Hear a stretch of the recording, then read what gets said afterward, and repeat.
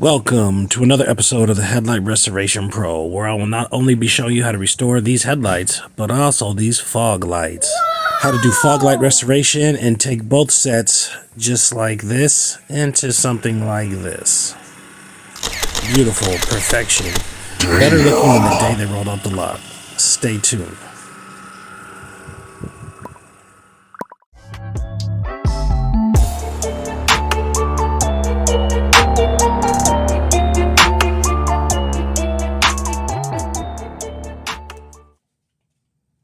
Let's get down to business.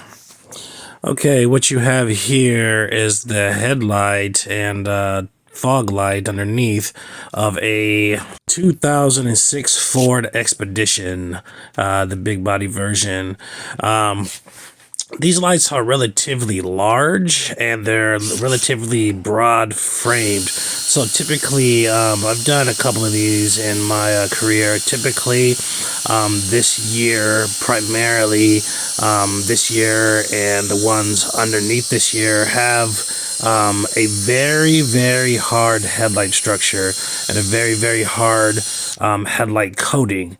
I believe this is because it is so broad, which means the impact of the headlights or the design and placement of the headlights is going to account for a more indefinite or more harder impact from driving or a more rough life from driving.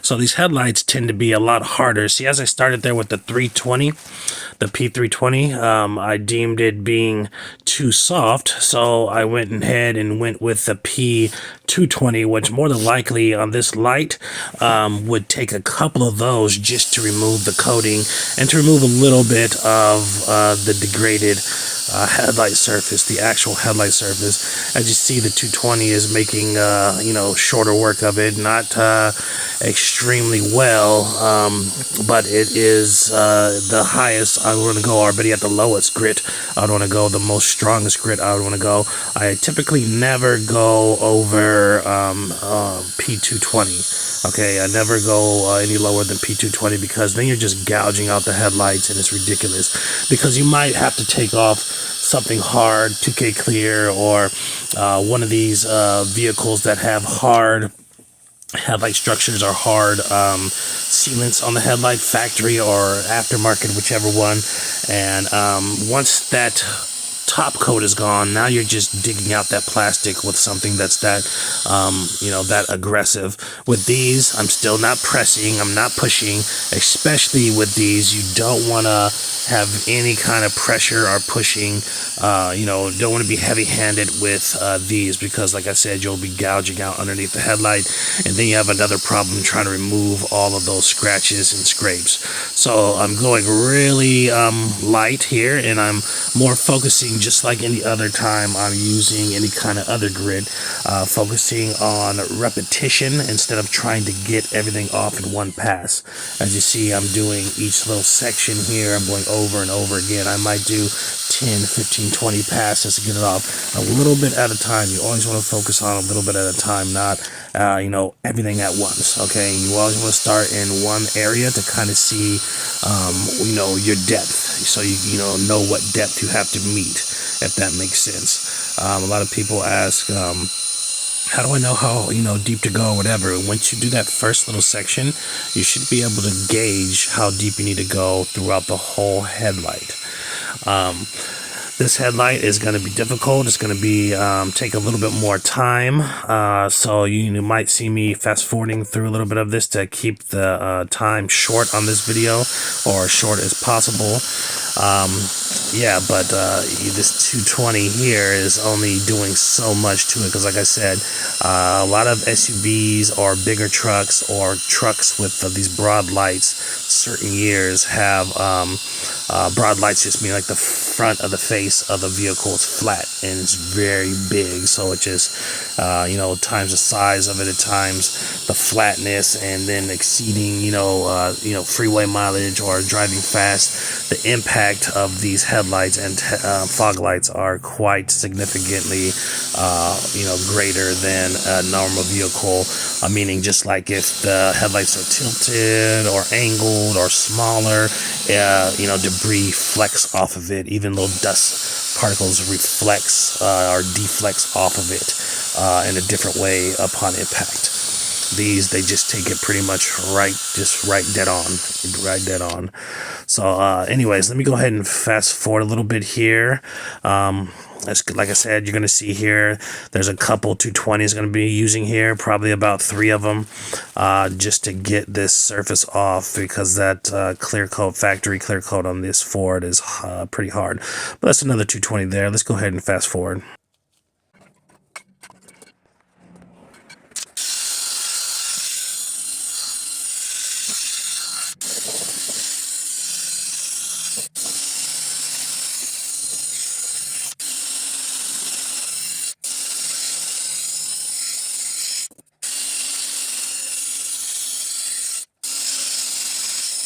As you can see how difficult it is, even with a 220, so you can imagine how long it would take if you would try to use a P500 on this. And I've learned this from experience, where I've had to do a whole light like this, which you can with the P500, but you'll probably end up using about 20 discs. Not cost effective. Okay, so that was 2 P220s, and now I'm using a 320 here. Gonna go over everything I use with the 320. Same normal practice with succession of the, different degrees. You're gonna start with the 220s, and you're gonna jump to the 320s, then you're gonna go to the 500s, and so on and so on. And you're gonna start your normal method after this disc here. So let's go ahead and fast forward this. Trying to get through this a little bit here so we can get to the fog light section of this. What I generally do, and what you should always do, is one side of the vehicle at a time. Some kits will have you do both, and some kits they don't account for error and certain things like that. Some guys do everything all at once, and then they go spray one side, or they spray both sides, whatever. I do them per side, okay? It just cuts down on the probability of bad things happening, stuff flying into your clear coat, you forgetting something, all kind of things, just one side at a time. So with that being said, I do one full side, which is headlight and tail light at the same time normally. Sometimes it's different when the customer or somebody comes out and is like, hey, can you do my fog lights too? After you've done their headlights. That's a different story. But if I know ahead of time, then I'm doing one side per one side.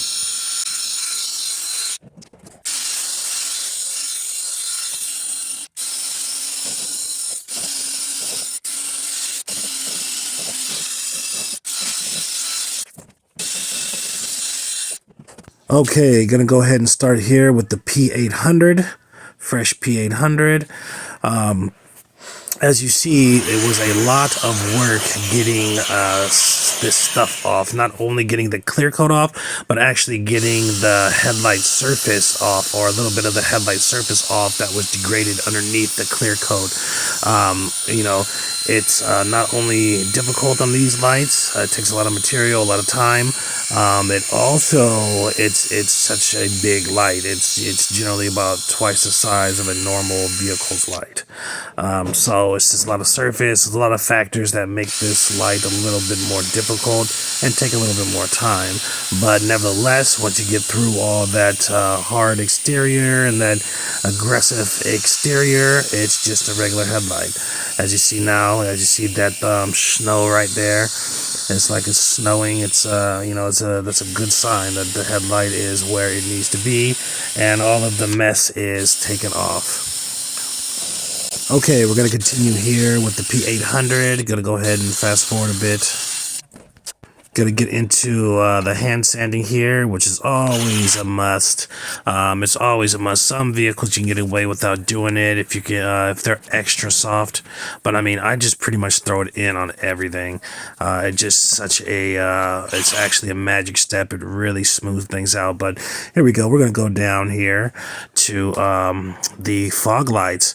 So what I show you here is I try to keep the process even with the process going somewhat congruent with each other as far as the top and this fog light. So I work the steps all the way up into the where the top light is ready for the 3000 trizact step with the water, the wet sanding. So what I do is I'm going to use the same pads that I use here, right? I believe I'm just starting with a 220 just because it's a smaller light. So if I got to overwork the P220 a little bit, or the leftover P220 because it's such a small light, there's no need to use a new one. It's okay, because I mean, this disc is going to be done after that. So, I started with the P220 just because it's a smaller area, once again, and I can just, work it more. But as you see, most fog lights typically fall into the 3-inch range. You see that spindle is pretty much equal to 3 inches. It's, the headlight itself, or the fog light itself, is about 3 inches. Even when encircled, they generally fall into the size of a 3-inch range for some reason.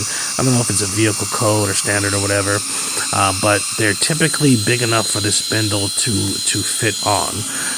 Every once in a while, on some of the newer stuff or the more exotic stuff, it's a long strip. And in that case, I just do everything. I do what I can with the spindle and angling it, and then I do the rest by hand. You got to use all your weapons. You can't just be a one-trick pony. You got to be really good at headlight restoration, and to be great at headlight restoration, you can't be a one-trick pony. You can't just say, I just hand sand, I just polish, I just clear coat, I just, do whatever you do. You got to do it all. You got to do it all, because they're all benefit in one way or another. Okay, all the techniques are benefit in one way or another. Even stuff like 2K clear has, its benefits. I would say it has its benefits for you to know not what to use.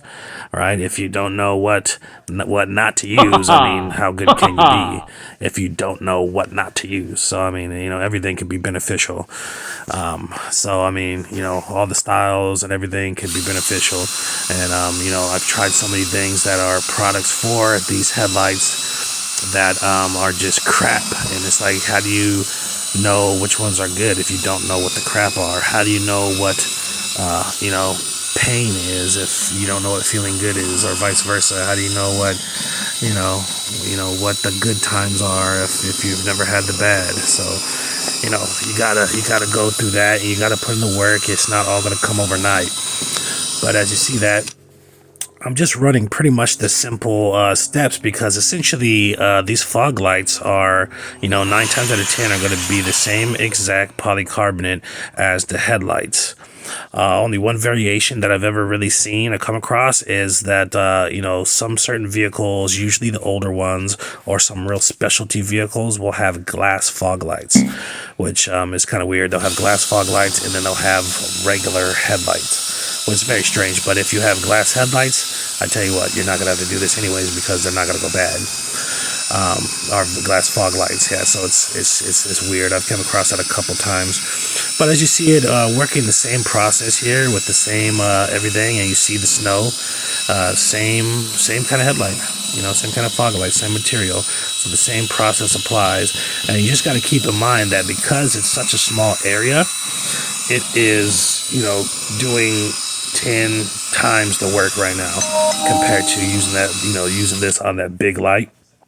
It's just meaning that the RPMs, the rotations per minute, are greater on this than they are on that, per se. Per light, not per, you got to think per light, or not per, size, or per fog light. Okay, obviously one's bigger than the other. You just got to know that it's a little more intense on the headlights, so you don't have to do as much. As you see, it's moving faster just because it's a smaller surface, it's a smaller area, so obviously it's going to be quicker. This is a upcharge or whatnot, and it's very beneficial. A lot of people want to get you got to get your upsells in, and you got to keep people informed. You got to let them know that these fog lights are bad, and by doing your headlights, you're going to gain 70% increase in light, but you're still lacking in your fog lights, which light the road, the actual road. Your headlights are more for distance. Your fog lights are more for like, like you said, you can see better in fogs or whatever they're called, fog lights. You can see, obviously, but it's also to light the immediate ground in front of you. So you're going to be losing or lacking in light with these being beat up as well. So you just got to let them know, keep your people informed, your customer informed, or keep yourself informed, because you need to get them done. But as you see that, this still has the same fog, same everything. So now what I'm going to do here is start with the P300, or the 3000 trizact pad from 3M. It's one of the best pads to have. If you're doing headlight restoration and you don't have it, you need to get it. I'm going to tell you that right now. If you don't have 3000 trizact pads, and not just 3000 discs, they're totally different. It's not only the different grit size than these, it's a different everything. It's not even the same. The 3000 it's like, it'd be like calling a watermelon an apple. It's 100% different thing. So don't think that the 3000 is anything compared to this. And if you don't believe me, go ahead and grab one or pick one up or pick a box up and see, and you'll be amazed. It is a must doing headlight restoration. It just eliminates, it's kind of like a hybrid of polish and sanding, and it eliminates fine sanding. It eliminates those fine scratches, and kind of does a light polish at the same time. It's a very unique disc. There's nothing close to it at all. Well, anyways, so once I do that, and since I'm down there, I usually start down there. Sometimes I won't. I'll go back up here, and then I'll do that first with 3000, and then I'll drop back down and do it. But for the sake of filming this time, of course, I just started at the bottom with it, and I'll go back up and do the same tip on the same process on this. The reason why I do that and keep them together like this, up to this point where I can get the polishing done on this and get the polishing done on that, is because I want to spray them at the same time. This one side I want to spray at the same time. Okay, I'm treating this one side as a unit. This headlight and that fog light as a unit. So that is primarily the reason why I do it that way, just so I don't have to, worry about anything else. And when I said before, like the variabilities change when you're doing the whole, like if I did all four lights like this, both headlights, both fog lights, and I sprayed them, got to the point where I sprayed them, I spray, boom, and I spray the other side, boom, and I spray the other side, spray the other side. There's so many things that can go wrong. There's dust that can be coming from one way, just because it's a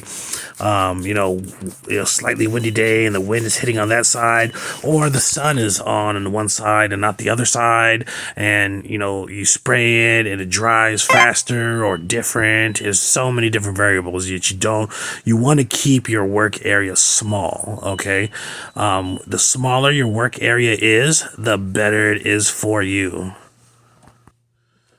The less issues you can possibly have, okay? And that's what you want. You want a sterile environment. And I've tried it all these ways. I've tried it a couple times like that. I've used to do them, both sides at once, this and that, but there's so many different problems that came up so many different ways. And once I cut it out, I barely have any issues like that ever again, and it's just better. Like I said, the smaller your work environment, the less chance you have of any kind of error. If when you open it up and you're doing that whole vehicle at all once, there's all kind of error that can happen. Believe me.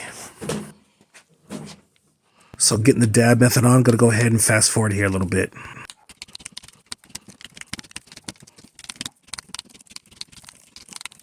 Watch the clarity pop in after this dab method. Watch the clarity. It'll just sink in.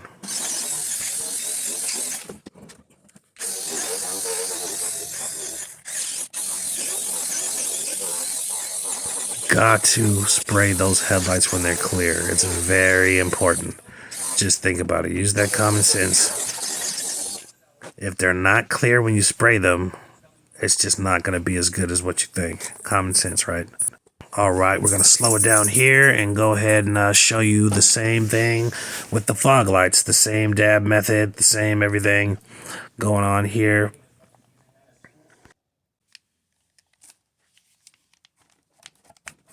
Same dab method with any light.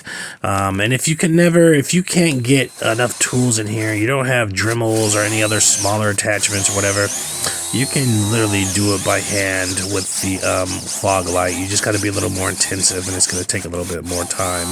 But with the fog light, it's completely acceptable. When you're talking about doing big lights like up front by hand, you're just like shooting yourself in the head. You know what I'm saying? You're playing with yourself. Well, you got to go get some tools or something. If you're doing it by hand, a big ass light like that, and that's hard, think about it. A 320, like 2 or 3 of them I use, right? And a couple of P220s and P805s with a machine. And imagine doing that headlight restoration. How efficient do you think your headlight restoration is going to be? Use your finished product. How good do you think it's going to be? It's not going to be that efficient, so it's not going to be that good of a finished product, and you're going to be able to see it.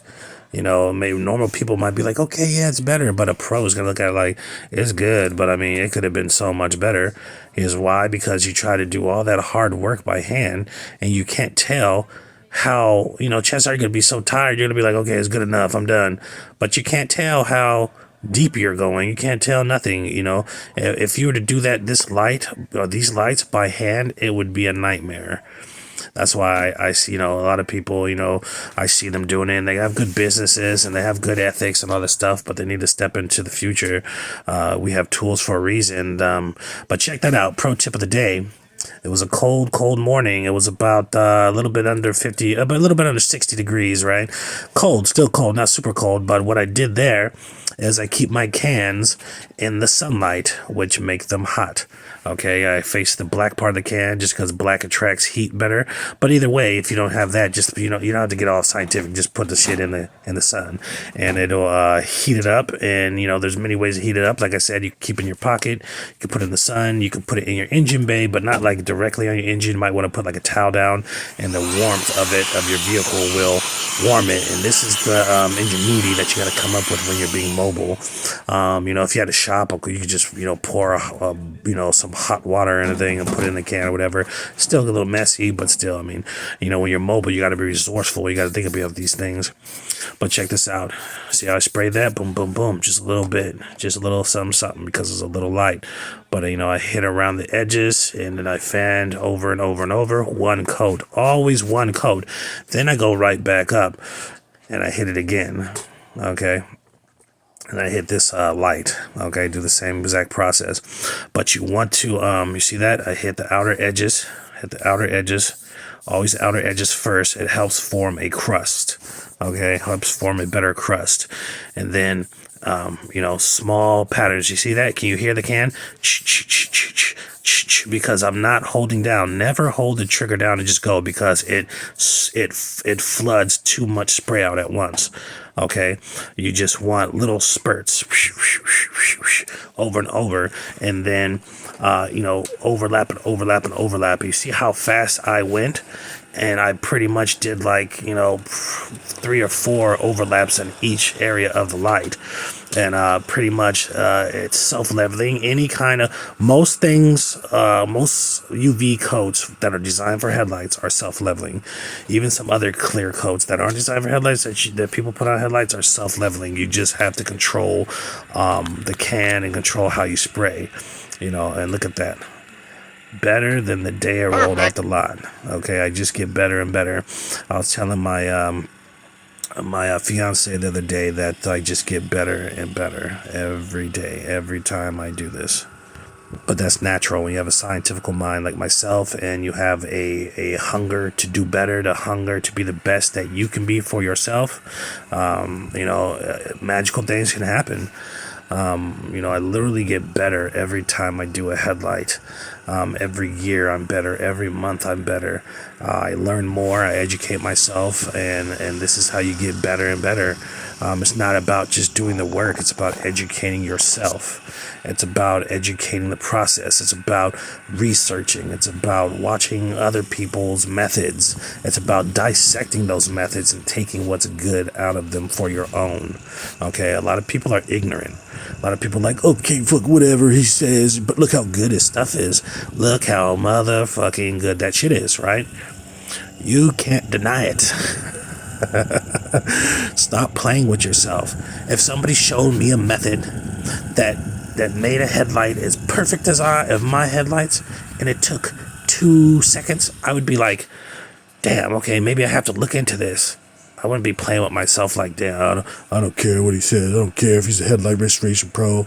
You know, I need to get on board. This is the future of headlight restoration. I guarantee it. Stay tuned for more. The future of headlight restoration.